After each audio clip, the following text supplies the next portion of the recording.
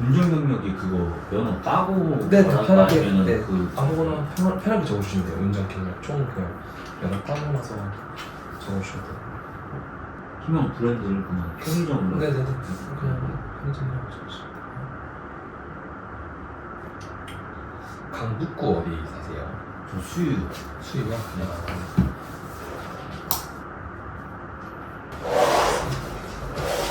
보시면서 어떤 게 제일 궁금하셨어요? 그 1회전인가 네네네. 그거랑 그리고 그냥 수령액이랑 네네.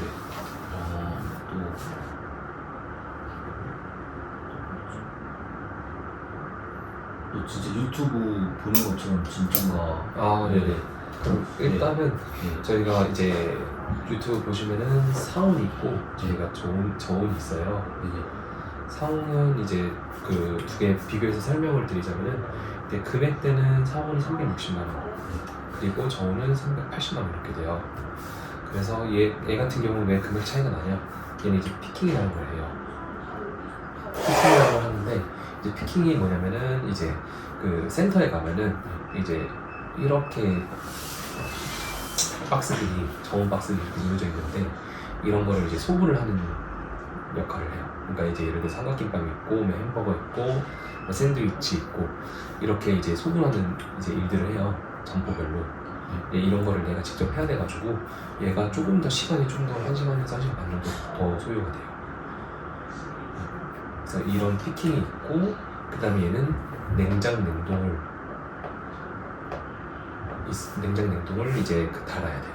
그래서 이제 어떻게 보면 얘가 금액대가 좀 더 있다고 보시면 되고 상호는 이제 말 그대로 뭐 그 라면이나 뭐 음료수, 뭐 술 이런 게 있기 때문에 그래도 얘가 무게는 좀 더 많이 나가요.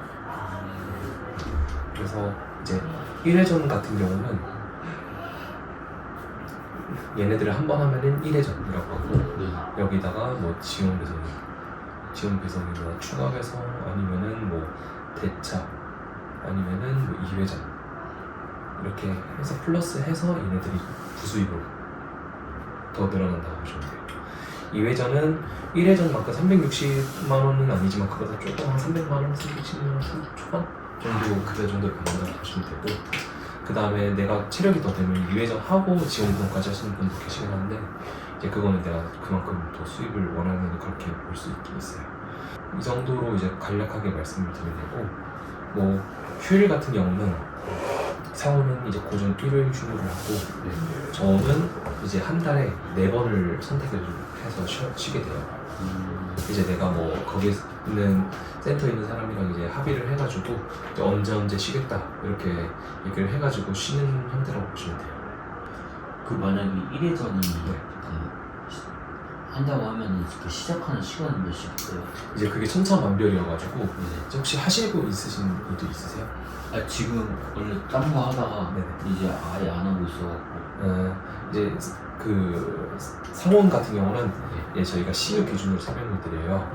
그래서 시작은 뭐 한 11시, 오전 11시에서 11시 30분에 입차를 해요. 그리고 이제 뭐 12시 반, 1시 반 이렇게 하다가 그 다음에 야간 타임으로 넘어가요. 그리고 이게 만약에 1회전 하고 나면은 네. 그냥 2회전까지 같이 한다면 2회전은 몇 시부터 하는 거예요? 예를 들어서 이제 1회전 이제 오전에 이제 이렇게 나갔다고 하면은 이제 뭐 수도권 같은 경우는 끝나면 한 3시에서 4시 정도면 끝나요. 이제 그러면은 2회전까지 돌겠다. 그럼 이제 전일상 촬영을 해요. 전일상 촬영을 하는데 이제 내가 여기서 그 집이 있고 그 센터가 있고 배송지가 있어요. 내가 처음에 그 집에서 센터를 출발을 해서 물건을 싣고 배송지까지 와요. 그 다음에 이제 이게 1회전 구조예요. 거기서 이제 집을 가는 게 1회전 구조인데 2회전을 하게 되면은 다시 센터에 와가지고 전일 상차를 해요. 전일 상차를 해서 전일 상차라는 거는 내가 야간에 배송할 거. 이제 여기는 이제 끝나고 야간에 배송을 하는데 야간에 배송할 거를 다시 센터에 가서 싣고 집에 퇴근을 하는 거예요. 그 다음에 야간에 바로 집에서 바로 배송한다고 보시면 돼요.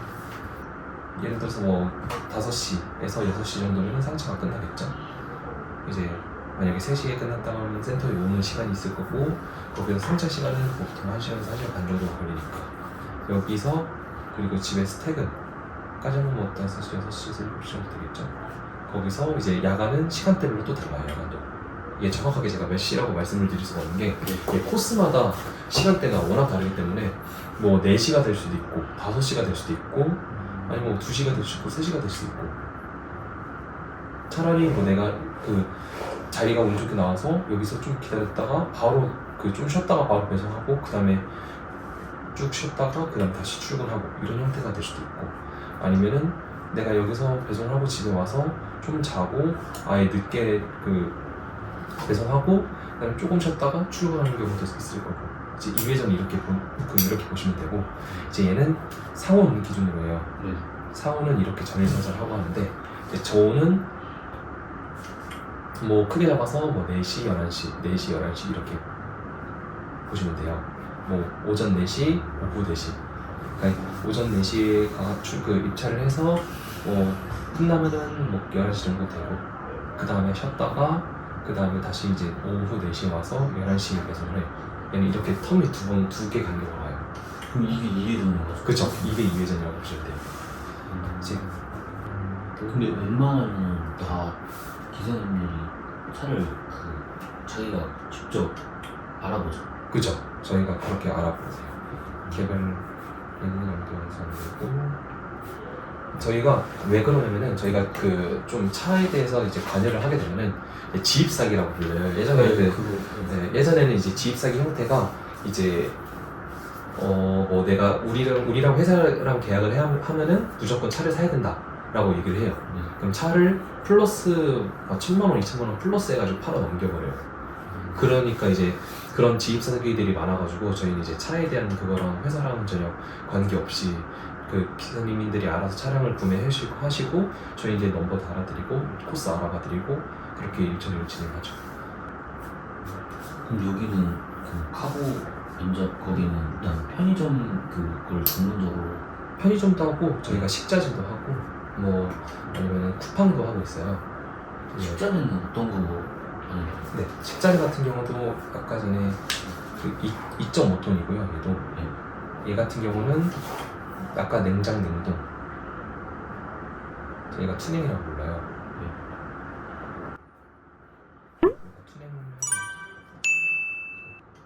저희가 그 투냉을 달아야 되고 얘는 야간에만 일해요.